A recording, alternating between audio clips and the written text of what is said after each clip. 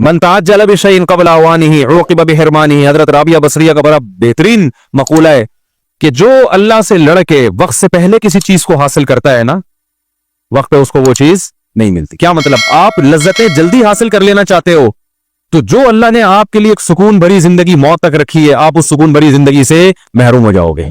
اسلام آپ کو natural life دیتا ہے، بیوی ہو، بچے ہوں، ٹینشنیں ہیں، یہ تھوڑی ٹینشنیں ہیں. یہ ایسا ہی ہے جیسے خوبصورت بچے کو ایک ٹیکا لگا دیا جاتا ہے نا نظر سے بچنے کے لیے، تاکہ یہ خوبصورتی اس کی قائم رہے. تو کچھ ٹینشنیں اللہ نے دی ہوئی ہیں تاکہ جو تیری سکون کی زندگی کنٹینیو چلتی رہے موت تک، مزے میں رہے تو ہمیشہ. تو وہ ہندو کہیں ملے تو میں اس کو بتاؤں گا، بیٹا یہ جو تو سمجھ رہا ہے نا، یہ تھوڑے دن میں آڑا ترشا ہونے والا ہے. تو سمجھ رہے ہو؟ ایک تو تمہیں محبت ملے گی نہیں عورت سے، منہ کالا جو کرتا ہے تو اس سے منہ کالا کروانے والی عورتوں سے محبت ملتی ہے اس کو، ہے بھائی؟ وفا ملتی ہے؟ وفا شفا تو گئی ختم.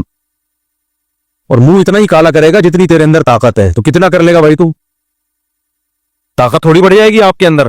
کسی کوئی ایسی دوا ایجاد نہیں ہوئی ہے کہ آپ کے اندر وہ قوت کو بڑھا دے، ناممکن ہے. یہ بات تھوڑی حیا کے خلاف ہے. جو آج کل نوجوان طاقت کی دوائیں کھا رہے ہوتے ہیں نا شادی سے پہلے، اس کا کوئی فائدہ نہیں ہے. یہ ذہن میں رکھو، ٹائم ویسٹنگ، پیسہ ویسٹنگ.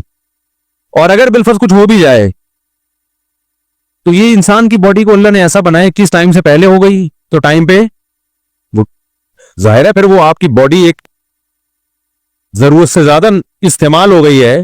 تو جو باڈی کنٹینیو چلتی رہتی وہ نہیں چل پائے گی. آپ کو ڈاکٹر نے کہا روزانہ جاگنگ کرو، آپ نے کہا 10 سال کی جاگنگ ایک ہی دن میں اگر کر لوں اور 10 سال تک آرام سے بیٹھا رہوں تو کتنا اچھا ہو جائے گا. آپ نے کیا کیا؟ 1 مہینے تک بھاگتے رہے آپ کہ جی روزانہ ڈاکٹر نے کہا 15 منٹ جاگنگ کرنی ہے تو میں 15 جمع 15 جمع 15 جمع 15 جمع 15 جمع 15 360 دن کی میں ایک ہی دن میں کر لیتا ہوں. نتیجہ کیا نکلے گا میرے بھائی؟ اس کے بعد جب بیٹھو گے تو پولیس بھی آپ کو نہیں اٹھا سکتی. آپ 10 سال کے لیے ایکسپائر ہو جاؤ گے. سمجھتے ہو کہ نہیں سمجھتے؟ تو جو اللہ نے ایک سسٹم بنایا ہے اس سسٹم سے لڑنے کی کوشش مت کرو. یہ اور آسان مثال، جب ہمارا دماغ تھکتا ہے، شہوت پرست آدمی کیا کرتا ہے کہ تھکا کیوں دماغ، میں نے لائف کو انجوائے کرنا ہے، ابھی وہ سٹا لگائے گا کہ نہیں لگائے گا؟ جس میں شہوت پرستی نہیں ہے، شریعت پہ چلتا ہے، وہ کہتا ہے نشہ حرام ہے، دماغ کام نہیں کر رہا، تھک گیا ہے، تو پیغمبروں کی سنت ہے سو جاؤ.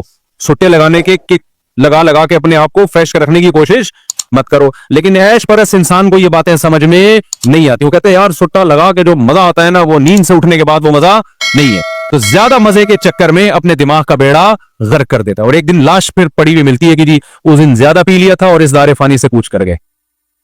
جو سٹے نہیں لگاتے 90 99 سال تک چلتے رہتے ہیں، فریش رہتے کہ نہیں رہتے؟ ہر لذت کا یہی حال ہے.